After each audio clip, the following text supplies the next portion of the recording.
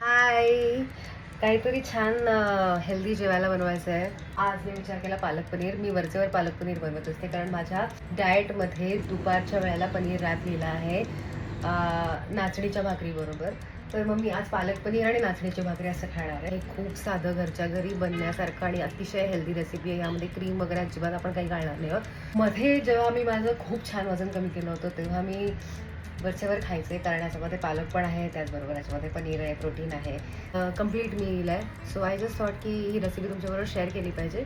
हो, माझ्या एकटीसाठी बनवते त्यामुळे खूप छोटी छोटी क्वांटिटी आहे.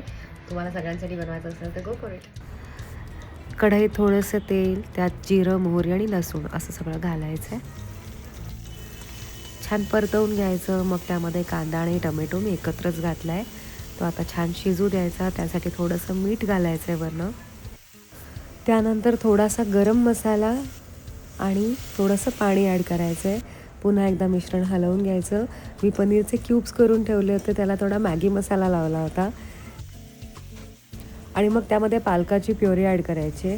ती मी अशी केली की गरम पाण्यामध्ये पालक ॲड करायचं, थोडा वेळ शिजू द्यायचं आणि मग पटकन बाहेर काढायचं, गार होऊ द्यायचं आणि मग प्युरी करायची.